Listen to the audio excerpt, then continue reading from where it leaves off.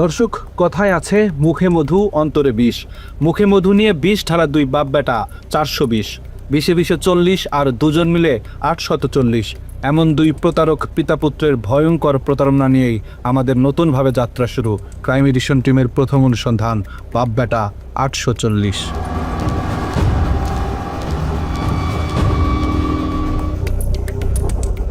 বাপ নাকি বেটা, কাকে দিয়ে করব শুরু, পরে বলবো কারটা। এমন সিদ্ধান্ত নিতেই আমাদেরকে সিদ্ধান্তহীনতায় থাকতে হয়েছে কিছুটা সময়। তারপরেও শুরু তো করতেই হবে। ওস্তাদের মায়ের যেহেতু শেষ রাতে, তাই পিতার কাছে যাওয়ার আগে পুত্রের অপকর্মের সূত্র ধরেই শুরু করতে চাই। মনে করে যে ফ্যামিলি নিয়ে বেরোলাম, তো চলো আমরা একটু কক্সবাজার কোথাও যাই। 30 জুলাই 2024, অগ্নিগর্ভ বাংলাদেশ। ছাত্র জনতার উপর চলতে থাকে অবর্ণনীয় গণহত্যা। সেই গণহত্যায় সবচেয়ে বেশি আক্রমণাত্মক ছিল মহানগর গোয়েন্দা পুলিশ, ডিবি। আরও সুনির্দিষ্ট করে বললে ডিবি প্রধান হারুনুর রশিদ ছিল সবচেয়ে ভয়ঙ্কর। তারা নিরাপত্তাহীনতার কথা বলছিলেন। এটা আমাদের দায়িত্ব, তাকে সেফটি সিকিউরিটি দেওয়া আমাদের কাজ। আন্দোলনের মূল নেতৃত্বে থাকা 6 সমন্বয়ককে আটকের পর আন্দোলন এক প্রকার স্মিত হয়ে পড়ে। ঠিক তখনই যুক্তরাষ্ট্র প্রবাসী সাংবাদিক ইলিয়াস হোসাইন তার ইউটিউব চ্যানেলে ডিবি প্রধান হারুনুর রশিদের টেলিফোনে এক নারীর সাথে করা আপত্তিকর একটি ভিডিও আপলোড করেন। ওই ভিডিও আপলোড করার পর হারুন ছাত্র জনতার বিরুদ্ধে অভিযান বন্ধ করে নিজের উলঙ্গ ভিডিও সরানোর অভিযানে ব্যস্ত হয়ে যান। ওই দিন বিকেলেই হারুনুর রশিদ ইউটিউবার তৌহিদ আফ্রিদিকে তার কার্যালয়ে আসতে বলেন। যেভাবেই হোক সোশ্যাল মিডিয়া থেকে তার আপত্তিকর ভিডিও সরাতে তৌহিদ আফ্রিদিকে অনুরোধ জানান। হারুনের ভিডিও সরাতে আফ্রিদি প্রথমেই বাসা থেকে তুলে আনেন সোশ্যাল মিডিয়া এক্সপার্ট মোহাম্মদ জুবায়েরকে। জুবায়ের জানান, রাতভর তাকে ডিবি কার্যালয়ে আটকে রেখে বিভিন্ন পেজ থেকে হারুনের ভিডিও সরাতে বাধ্য করে তৌহিদ আফ্রিদি। ইন্টারনেট সমস্যার মধ্যেও ফেসবুকের সাথে যোগাযোগ করে, টেলিগ্রামের সাথে যোগাযোগ করে সেগুলো রিমুভ করার জন্য যাবতীয় কমিউনিকেশন করতে থাকি। তো এরপর দিন দুপুরের দিকে ডিবি হারুন সাহেবের সাথে আমার দেখা হয় ডিবিতেই। তো উনিও তখন আমাকে নির্দেশনা দেয় যে যাতে করে ভিডিওটা কোথাও না থাকে সেটার বিষয়ে প্রয়োজনীয় ব্যবস্থা নিতে। তখন ডিবিতে আমার সাথে সমন্বয়ক যারা ছিল ওদের সাথেও আমার দেখা হয়। ওইখানে আমার সাথে 2-3 জনের সাথে দেখা হয়েছিল, তখন তারা ওইখানে আটক অবস্থায় ছিল। এরপর আমি ডিবিতে লাঞ্চ করি। লাঞ্চ করার পরে বাসায় চলে আসি। বাসায় চলে আসার সময় ডিবি থেকে আমাকে বলা হয় যে কোনো প্রয়োজনে তারা আমাকে আবার ডাকবে। দর্শক, ডিবি প্রধান হারুনুর রশিদ তার নগ্ন ভিডিও সরাতে প্রথমেই কেন তৌহিদ আফ্রিদির কাছে গিয়েছিলেন, সেটাই আমাদের আজকের অনুসন্ধানের মূল বিষয়। তৌহিদ আফ্রিদিকে শুধুই একজন ইউটিউবার মনে করলে ভুল হবে, বরং আফ্রিদিকে মনে করা হতো একজন অনলাইন মাফিয়া, যার নিয়ন্ত্রণে চলতে হতো সোশ্যাল মিডিয়ার জনপ্রিয় সব কন্টেন্ট ক্রিয়েটরদেরকে। কথা মতো না চললেই শুরু হতো নির্যাতন। আফ্রিদির কথা না শুনেও উপায় নেই, কারণ ডিবি, এসবি, সিআইডি, এটিইউ কিংবা সিটিটিসির শীর্ষ কর্মকর্তাদের সাথে আফ্রিদির ছিল চরম ঘনিষ্ঠতা, যে কারণে সোশ্যাল মিডিয়া জনিত যে কোনো কাজে এসব গোয়েন্দা সংস্থা তৌহিদ আফ্রিদিকে কাজে লাগাতো। আমাদের কলিজার টুকরা আমার চাচা হারুন কাকা। 30 জুলাই রাতে ডিবি প্রধান হারুনুর রশিদের গোপনাঙ্গ ওপেন হবার পর আবদুল্লাহ আল ইমরান নামে আরেকজনকে তুলে আনা হয়। হারুনের নগ্ন ভিডিও সরাতে তাকেও জোরপূর্বক বাধ্য করা হয়। টিভির হারুনের বেসিক্যালি একটা ভিডিও ভাইরাল হয়। তো ওই ভিডিওটা রিমুভের জন্য আমাকে নক করে, অ্যান্ড আমি বেসিক্যালি ওইটা রেকর্ড করে রাখি সেকেন্ড পার্টে। ওই ভিডিওটা রিমুভের জন্য বলে যে যত টাকা লাগে সে দিবে, জাস্ট ভিডিওটা সব জায়গা থেকে রিমুভ করতে হবে। তো আমরা বলি যে না, এটা পসিবল না, এটা সব জায়গায় ছড়ায় গেছে, আমার টিম এটা করতে পারবে না, মানে একটা কিছু তো বলতে হবে। সো আমি ওটা আসলে রেকর্ড করে রাখি। আবদুল্লাহ আল ইমরান তৌহিদ আফ্রিদির আরও অনেক কুকর্মের সাক্ষী, কারণ ইমরান এক সময় তৌহিদ আফ্রিদির ফেসবুক পেজের অ্যাডমিন হিসেবে দায়িত্ব পালন করেছেন। ও একটু নাটক সাজাচ্ছিল, বলতেছিল পেজ হ্যাক হয়ে যাইতেছে, এই হইতেছে সেই হইতেছে। তো সাডেনলি ধরেন ওই টাইমে আমারে রিমুভ করে পেজ থেকে। এরপরেই বলে পেজ হ্যাক হয়ে গেছে, এই হয়েছে। তো আমি তো আসলে বুঝি নাটকটা তখন। আবদুল্লাহ আল ইমরান আফ্রিদির অপরাধের জগৎ থেকে বেরিয়ে যেতে চেয়েছিলেন, কিন্তু আফ্রিদির সাথে থেকে আওয়ামী লীগের পক্ষে কাজ না করতে চাওয়ায় খেসারত দিতে হয়েছে তাকে। ট্রেনে যখন আমি পোস্ট করি একটু ইনডিরেক্টলি যে ইনফ্লুয়েন্সারদেরকে আমি ইনফ্লুয়েন্সার বলি অ্যান্ড বড়লোকের এক ছেলে এরকম ম্যানেজ করতেছে এই সেই হয়, তো তখন আসলে আলটিমেটলি পোস্টটা একটু যখন রিচ পাওয়া শুরু হয় তখন আমি মানে প্রশাসনিক জায়গা থেকে লাইক যেটা সিডিটিসি ছিল ওই টাইমে, সো ওই জায়গার এক কর্মকর্তা থেকে আসলে ফোন পাই। ইমরানের সাথে আফ্রিদির একটি গোপন ফোন রেকর্ড আমাদের হাতে এসেছে, যেখানে দেখা যায় আওয়ামী লীগের পক্ষে কাজ করতে রাজি না হওয়ায় ইমরানকে সরকারি বাহিনীর ভয় দেখানো হচ্ছে। হ্যাঁ ভাই, কথা বললাম, ওরা বললো যে ভাই এটা পসিবল হবে না, কারণ হচ্ছে অনেক জায়গায় চলে গেছে, তো অনেকে রাইট ম্যানেজারে আছে, সো এতগুলো ভিডিও আসলে এগুলো এভাবে রিমুভ করতে পারবে না।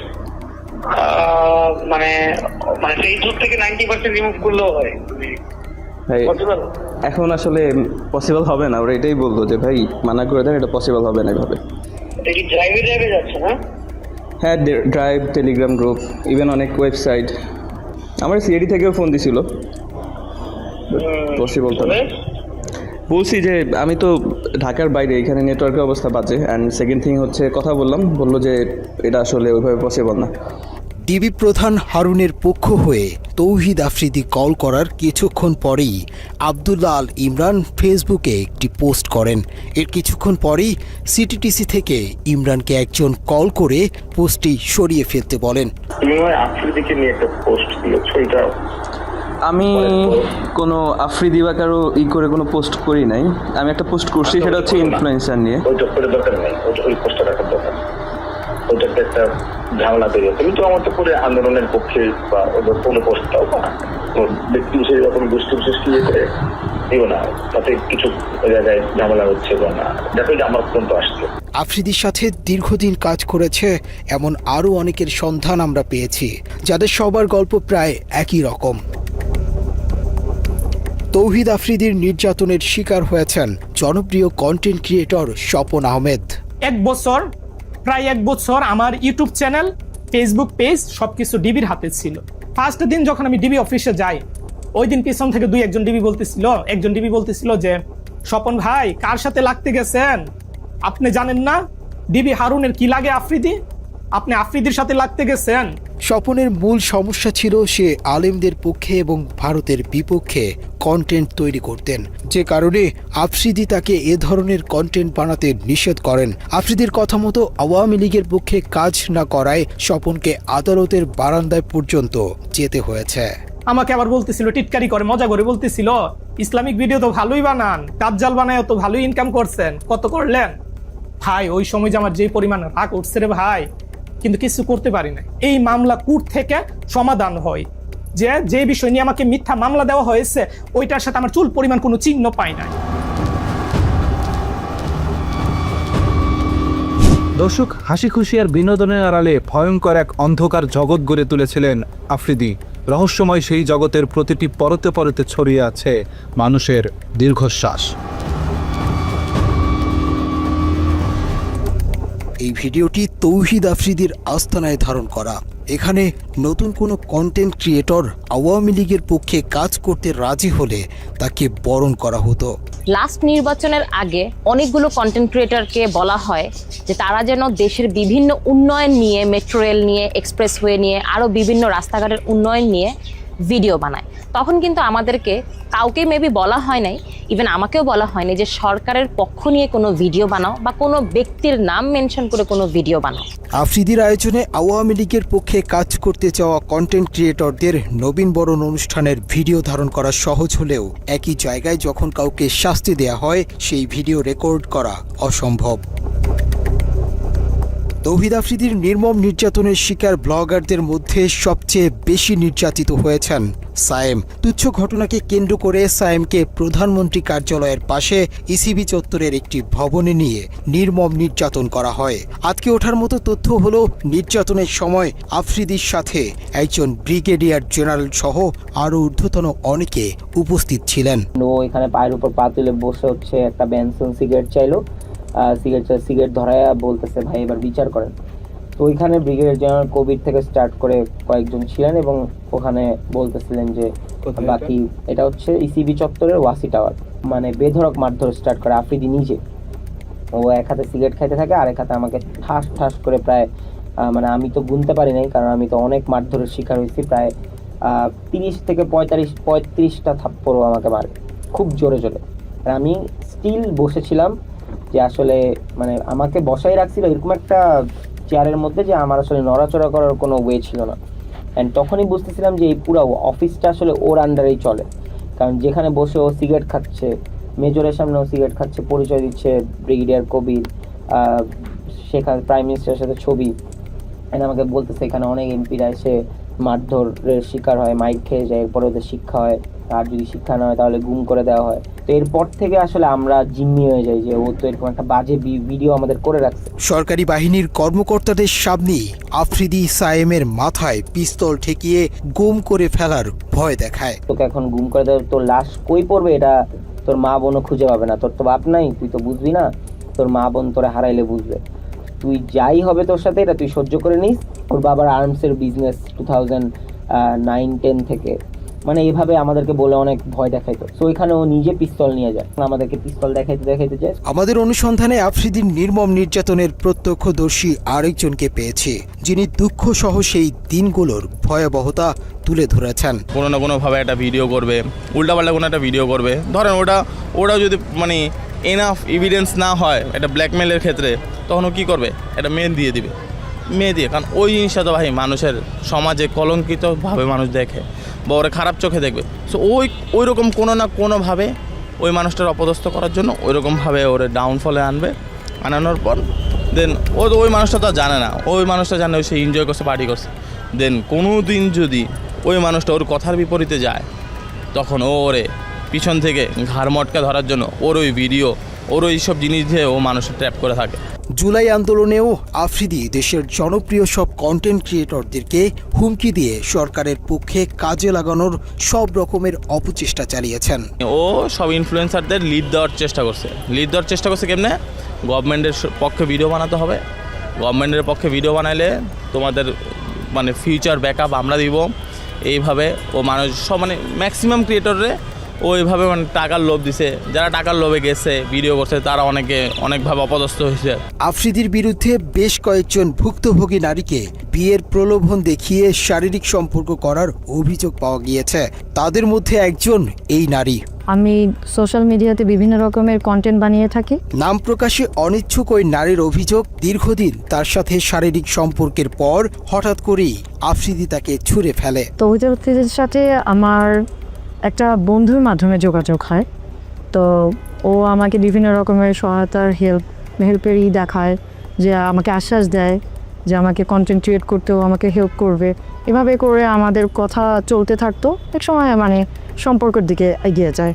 ভুক্তভোগী ওই নারী শেষ পর্যন্ত চেষ্টা করেছিল আফ্রিদির সাথে সংসার করবার, কিন্তু টিভি অফিসে ডেকে নিয়ে তাকে গায়েব করে দেওয়ার হুমকি দেয়া হয়। তারপর আফ্রিদির সাথে সংসারের স্বপ্ন শেষ হয়ে যায় তার। সবশেষ আফ্রিদির সাথে তার সম্পর্কের বিষয়টি সোশ্যাল মিডিয়াতে প্রকাশের হুমকি দিলে আফ্রিদি তাকে উল্টো হুমকি দেয় মুনিয়ার মতো পৃথিবী থেকে সরিয়ে দেয়ার। আমি জানতে পারি যে বিভিন্ন মেয়েদের সাথে ওর সম্পর্ক আছে, ইভেন মুনিয়া নামে যে একটা মেয়ে আছে ওর সাথে ওর সম্পর্ক। তো আমি এটা জেনে ওর সাথে আমি একটু রাগারাগি করি, কারণ এটা স্বাভাবিক, আমার একটু খারাপ লাগতেই পারে, আমি যেহেতু ওকে ভালোবেসে ফেলেছি। তো ওকে আমি বলার পরেও আমার সাথে খুব বাজেভাবে রিয়াক্ট নেয়, বলে যে একসময় এরকম বলে যে মুনিয়ার যেরকম অবস্থা হয়েছে আমারও ঠিক সেরকম অবস্থা হবে, মানে ইনডিরেক্টলি ও আমাকে ভর্তার হুমকি দেয়। ওই নারীর অভিযোগের সূত্র ধরে আমরা বেশ কিছু ফোন রেকর্ড হাতে পাই, যেখানে মুনিয়ার বাসায় আফ্রিদির যাওয়া আসা এবং বিভিন্ন সময় ঘনিষ্ঠতার প্রমাণ মেলে। মুনিয়ার সাথে আফ্রিদির ঘনিষ্ঠতা এবং আরেক প্রেমিকার বক্তব্য মেলারে মুনিয়ার হত্যার রহস্য অন্যদিকে মোড় নিতে পারে।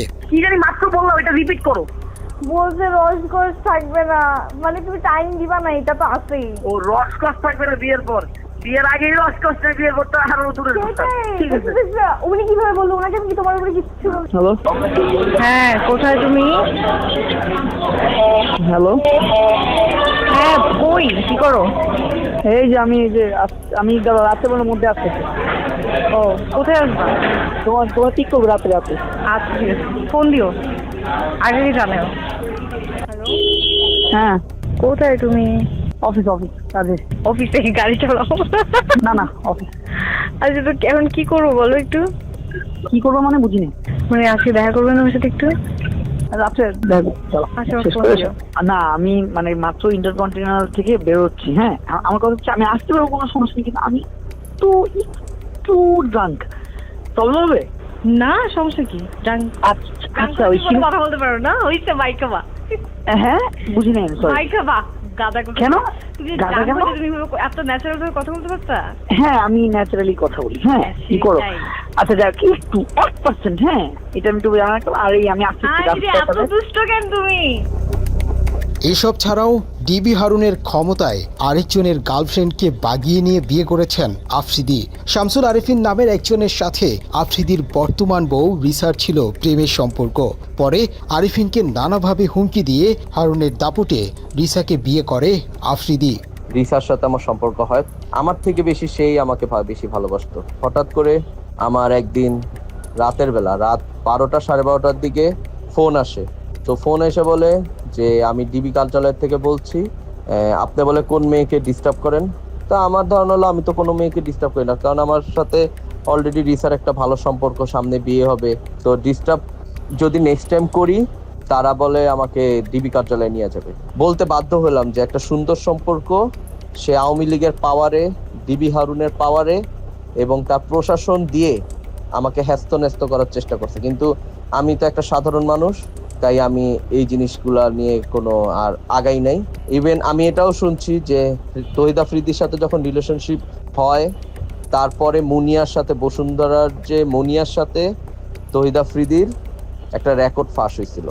তো ওই সময় রিসার সাথে ওর সম্পর্ক নষ্ট হয়ে গেছিল। রিসাকে ও বিয়ে করার কারণ হলো একটা ট্র্যাপে পড়ে গেছে রিসা, কারণ তৌহিদ আফ্রিদির চরিত্র তো ওরকম ভালো ছিল না। তো একটা ট্র্যাপে পড়ে গেছে, তার মধ্যে শেখ হাসিনা পালাইছে, শেখ হাসিনা সরকার চলে গেছে, আওয়ামী লীগ চলে গেছে। তো ওই পারপাসে রিসাকে বিয়ে করছে। আফ্রিদির বিরুদ্ধে এখন পর্যন্ত মোট 2টি মামলার তথ্য পাওয়া গেছে। এসব মামলার মধ্যে যাত্রাবাড়ি থানার CR 565/24 নম্বর মামলার অভিযোগে বলা হয়েছে জুলাই আন্দোলনে আসাদুল হক বাবু নামের এক বিক্ষোভকারীকে সরাসরি হত্যার পরিকল্পনা ও বাস্তবায়নে কাজ করেছে তৌহিদ আফ্রিদি। মামলার অভিযোগে আরও বলা হয়েছে আন্দোলনের সময় যাত্রাবাড়িতে হাসিনার পক্ষে অস্ত্র সরবরাহ করেছে তৌহিদ আফ্রিদি। মামলা তো একটা চলমান অবস্থায় আছে আর কি। আমরা এটা তো মানে এখনো আমরা আন্ডার ইনভেস্টিগেশনে আছে, এই পর্যায়ে আছে। একই সাথে বাড্ডা থানায় আফ্রিদির নামে আরও একটি হত্যা চেষ্টা মামলা রয়েছে।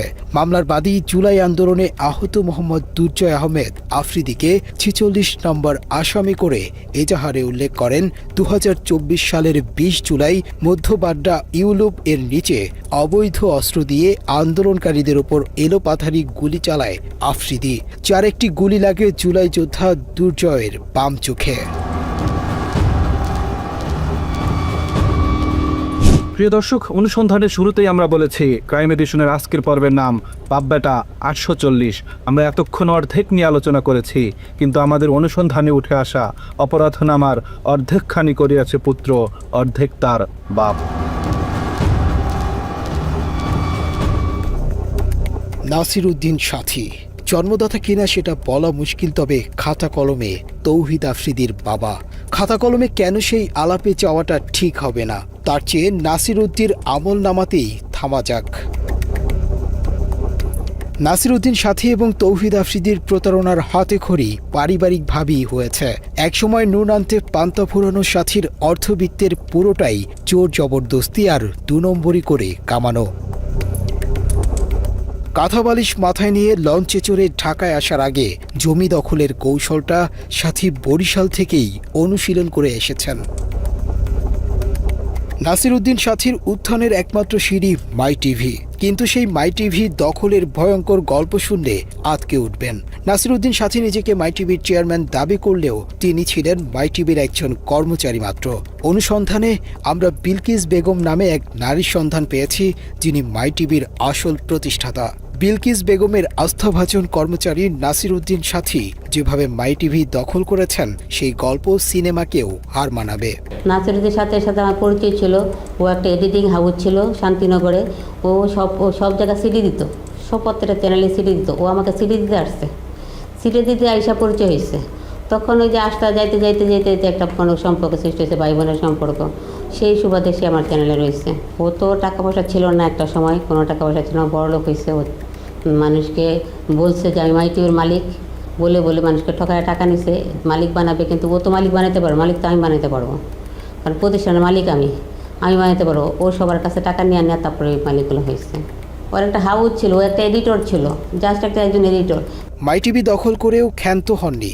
বিলকিস বেগমকে নানাভাবে হত্যারও চেষ্টা করেছিল নাসির উদ্দিন সাথী। এখনও আমি চলতে পারি না রাস্তায়। ও আমাকে বাইরের দিয়ে লোকজন দিয়ে আমাকে অ্যাটাক করে, আমাকে ভয়ভীতি দেখায় যে মাইটিভি আপনি চালাবেন না, মাইটিভিতে আপনি আসবেন না, মাইটিভি আমরা চালাবো। তাতেই সব দিকেই লাগায় রাখছে লোকজন, এরকম সন্ত্রাস পার্টি, এগুলো আমাকে হয়রানি করে, এখনও করতেছে। মাইটিভির চেয়ারম্যানের ছেলে পরিচয় দিয়ে সম্ভ্রান্ত বিত্তবান পরিবারের সন্তান হিসেবে হেলিকপ্টারে ঘুরে বেড়ানো তৌহিদ আফ্রিদির পিতা ছিলেন বিলকিস বেগমের স্বল্প বেতনের কর্মচারী। এক সময় যার 10 টাকার জন্যেও বিলকিস বেগমের কাছে হাত পাততে হতো।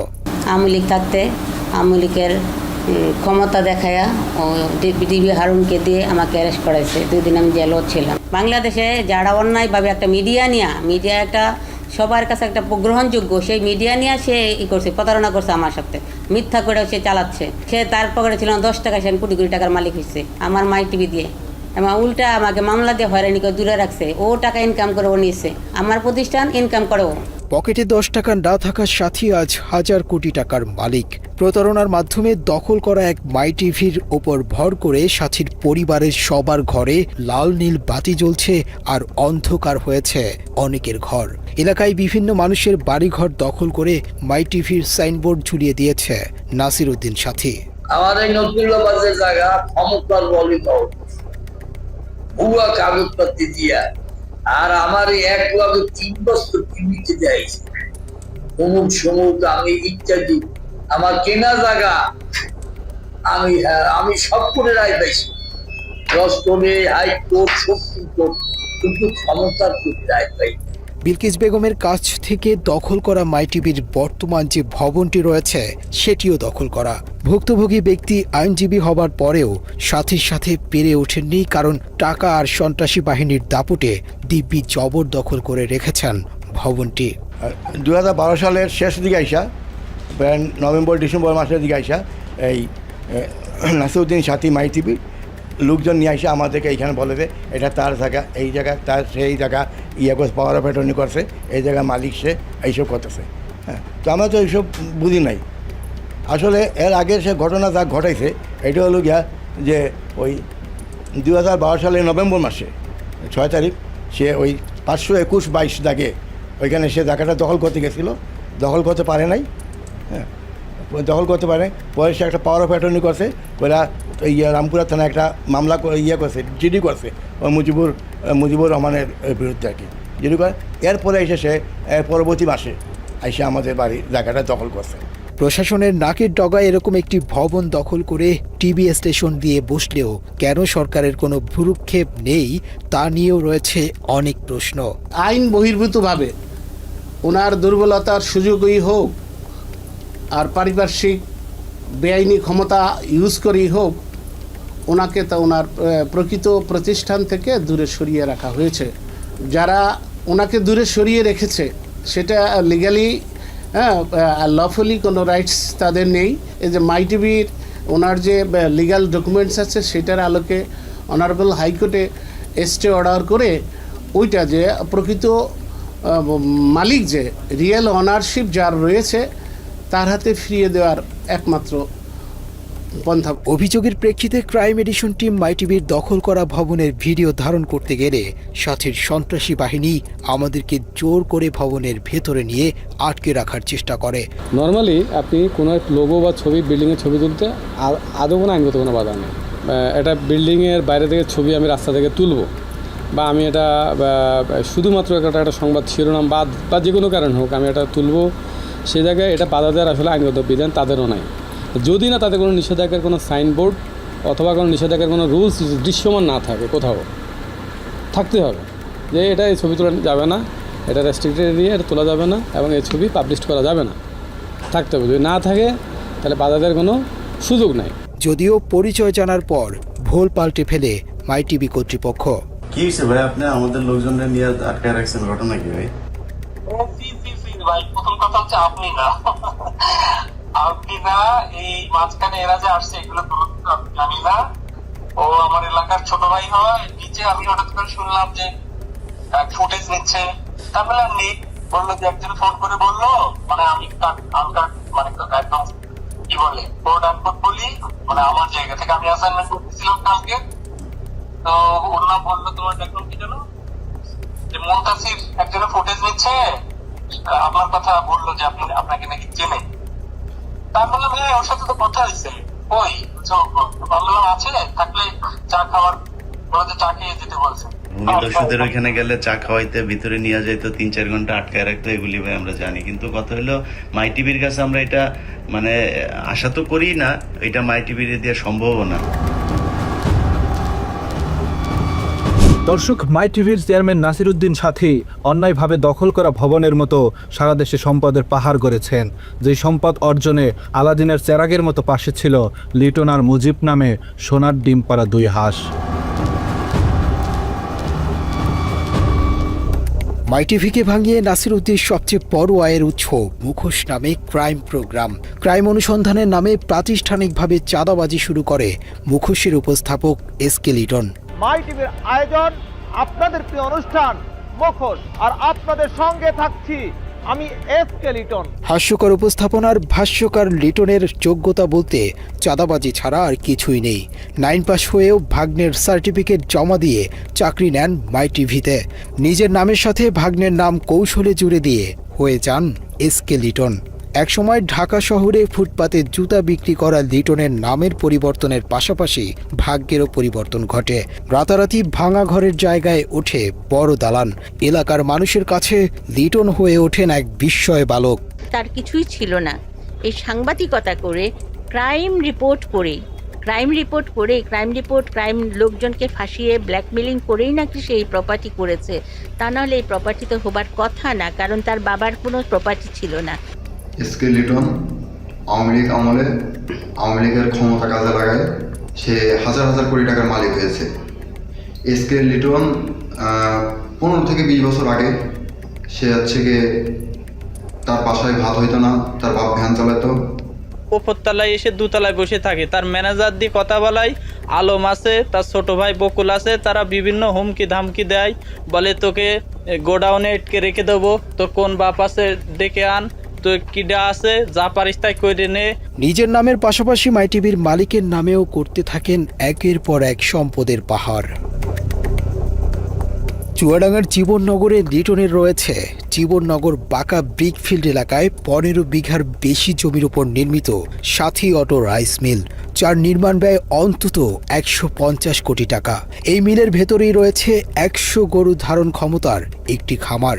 এছাড়া জীবননগর পৌরসভায় 3 স্টার হোটেল, কোটি কোটি টাকা মূল্যের জমি, বাড়ি রয়েছে একাধিক। এসবের বাইরে সাথীর দাপটে এলাকায় নামে বেনামে ডুপ্লেক্স বাড়িসহ অঢেল সম্পত্তি গড়ে তুলেছেন লিটন। যেখানে যায় সেখানে শুনি এসকে লিটন বিশাল বড় সাংবাদিক। সে তো হাই স্কুলে গন্ডি পার করেনি, সে তো সোর্স ছিল। শুনছি ছাগল মাগল চুরি করতো, তার হচ্ছে যে পেয়ারাতলা যে বট গাছ আছে, যে রাখালসার মাজার, ওই মাজারের বট গাছে তাকে বেঁধে বিচার করা হয়েছিল। একটা মূর্খ একটা ছাগল চোর মানুষ আওয়ামী লীগের সময় নাকি বিশাল বড় সাংবাদিক। পরস্পর আমাদের অত্যাচারের উপরে অত্যাচার, আর গরম পানির জন্য আর আমাদের এই মাঠটা মানে বিচ্ছিন্ন হয়ে যাচ্ছে।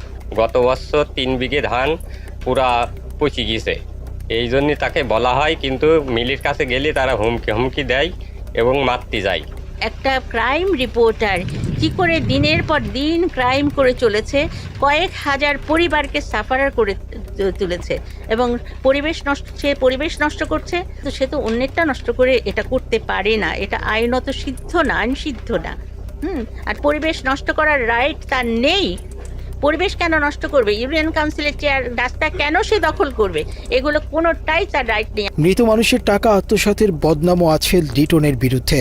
2015 সালে নিজ বাড়িতে খুন হন চুয়াডাঙ্গার স্থানীয় সাংবাদিক আবু সায়েম। ওই সাংবাদিকের 20 লাখ টাকা আত্মসাতের অভিযোগ রয়েছে লিটনের নামে। তো টাকা যে এসকে লিটন আত্মসাৎ করেছে সেটা আমরা পরে বুঝতে পারলাম, কারণ আমার চাচা মারা যাওয়ার পরবর্তীতে উনি আর একবারের জন্য আমাদের ফ্যামিলির সাথে যোগাযোগ করেনি। হতদরিদ্র হতদরিদ্র পিতার অশিক্ষিত সন্তান হয়ে এত সম্পদের মালিকানার উৎস কি জানতে টিম ক্রাইম এডিশন এসকে লিটনের সাথে যোগাযোগ করলে তিনি বিষয়টি নিয়ে কোনো জবাবদিহিতা করতে রাজি হননি। আপনি যদি বলতেন যে মানে এই প্রপার্টির উৎসটা কি আসলে? কিসের উৎস? উৎসটা মানে আপনি কি বলতে চান? উৎস এটা কেমন প্রশ্ন? ওই উৎস কি? এসকে লিটনকে নিয়ে নাসিরউদ্দিনের চাঁদাবাজির ব্যবসা ভালোই চলছিল, কিন্তু পারিবারিকভাবে সম্পর্ক খারাপ হওয়ায় এসকে লিটনকে মাই টিভি থেকে বের করে দেন সাথী। তারপর থেকে এসকে লিটনের চাঁদাবাজির দোকানের চাবি তুলে দেয়া হয় আরেক চাঁদাবাজের হাতে। সুটকেস নিয়ে বিমান থেকে নামা ব্যক্তির নাম মুজিবুর রহমান। কদিন আগেও যার স্যান্ডেল কেনার পয়সা ছিল না, তিনি এখন হেলিকপ্টার বিমান ছাড়া চলেনি না। ওই তো আগে মানে আপনার ওই যে প্রথম ফ্লেক্সের দোকান ছিল। গ্রামের বাড়িতে বিশাল এক রাজপ্রাসাদ গড়ে তুলেছেন। কে বলবে এই তো কদিন আগেই ফ্লেক্সিলোটের দোকানে কাজ করত এই মুজিব। চাঁদা তুলে আনা টাকায় এলাকায় নাকি মানুষকে দান খয়রাত করে থাকেন, কিন্তু এত টাকার উৎস কি?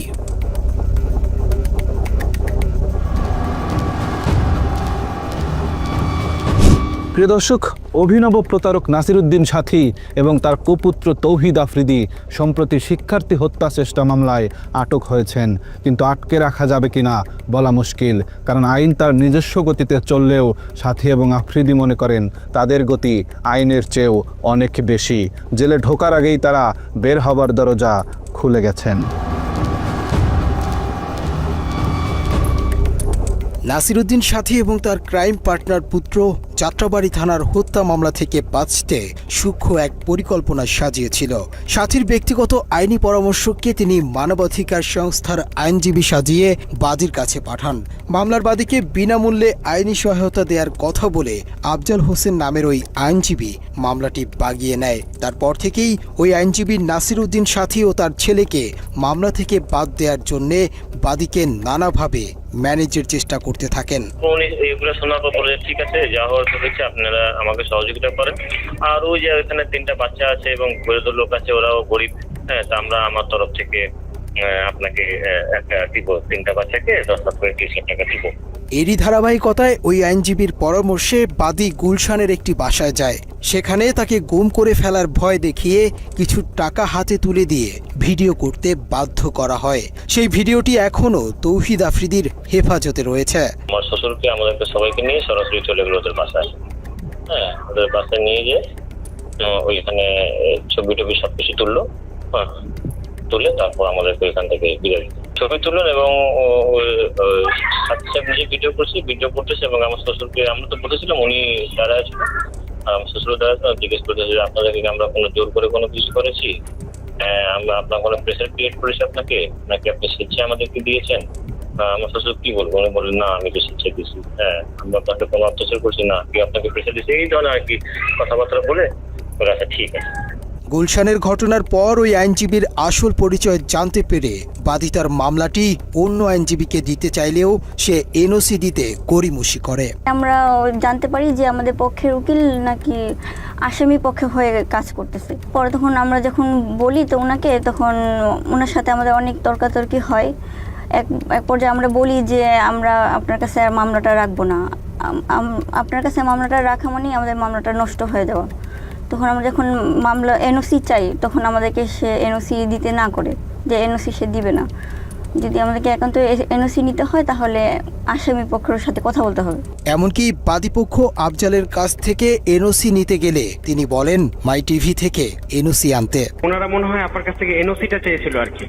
হ্যাঁ জি, তখন আপনি বলছিলেন যে এই বিষয়ে কথা বলতে, এই জন্য আমি কল দিলাম যে আপনি এনওসিটা আপনি কবে নাগাদ দিচ্ছেন। এটা ব্যাপার হলো কি, আমার সাথে কথা বলে আসলে খুব বেশি একটা সুবিধা হবে না, কারণ হচ্ছে এটা ডিল করে হচ্ছে মুজিবের সাথে একটু কথা বলেন, সেটা বেটার হবে।